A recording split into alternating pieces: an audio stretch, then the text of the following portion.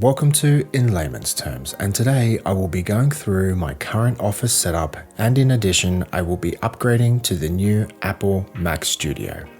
I had been waiting for quite some time for Apple to release the much anticipated Mac Mini M2. However, Apple decided to throw a curveball and release a completely new product named the Apple Mac Studio. Initially, I had mixed feelings when I saw the Mac Studio, as I was quite fond of the size and form factor of the Mac Mini. I felt that waiting for the Mac Mini M2 would be the perfect device for me. In anticipation of the Mac Mini M2, I had prepared and fitted my desk with an under-desk storage tray with just enough space to hold the machine. As you will see later in the video, as a result of the Mac Studio being considerably larger, I was required to professionally modify the under-desk storage tray in order to be able to hold the larger device. In Australia, the base model will cost you $3,099, which is definitely not a cheap purchase. However, I will say that Apple has certainly set a very high standard for a base model computer. In addition, Apple has also included a very healthy amount of ports that, in my opinion, really do future-proof the device. On the front, it has two USB-C Thunderbolt 4 ports with a single SD-XC port. On the rear, it has four Thunderbolt 4 ports, 10 gigabit Ethernet, two USB-A, a HDMI 2.0 port, and a headphone jack. The omission of a HDMI 2.1 port was a huge oversight in my opinion. For me, personally, I have a 49-inch ultra-wide display with a native resolution of 5120 by 1440 at 120 Hz.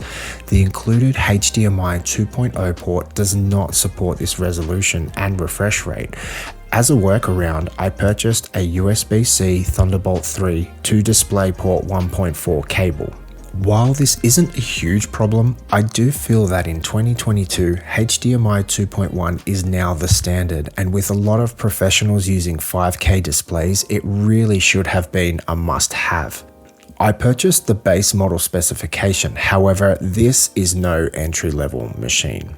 It features a 10-core CPU, a 24-core GPU, and a 16-core neural engine, 32 gigabytes of unified memory, and 512 gigabytes of solid-state storage. All these specifications together create one extremely powerful workstation. For the office upgrade, I felt that my current setup was fairly disorganized and lacked a bit of zen. There was no real mood, and I wanted to create a workspace that felt welcoming and reduced stress. For the moment, I had been using my 14-inch MacBook Pro M1 Pro. The setup required several cables to be connected and disconnected each time I wanted to go mobile. It really wasn't the most pretty looking or practical way to do things. I had one cable to connect my USB hub and SD card reader, which was mounted at the front of my desk for ease of access, a USB-C Thunderbolt port to DisplayPort cable, and a USB-C power cable. My goal was to make the setup look as clean and as functional as possible.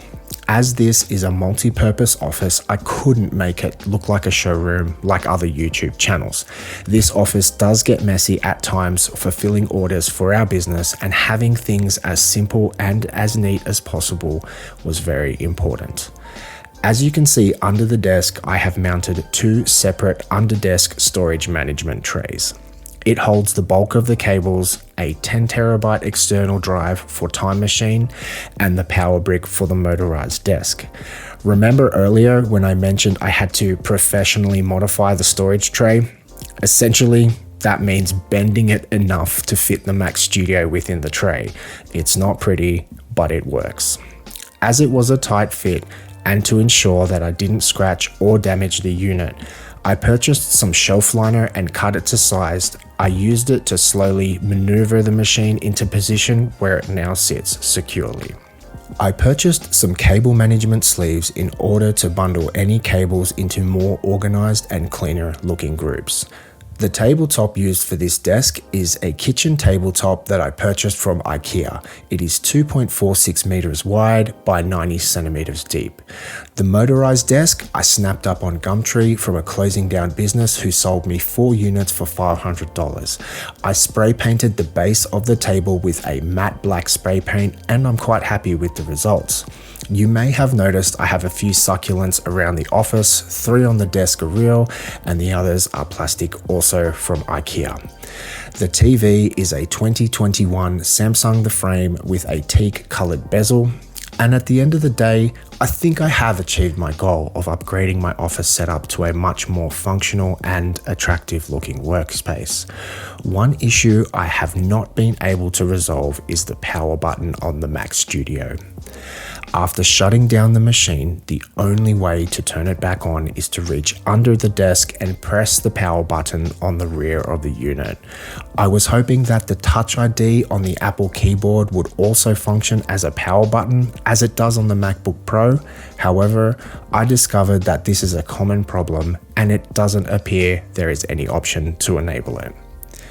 Once again, thank you for watching the video, and if you have any suggestions, please leave a comment for me. In addition, if you have any forthcoming devices you would like to see me review, please let me know in the comments section. Until next time.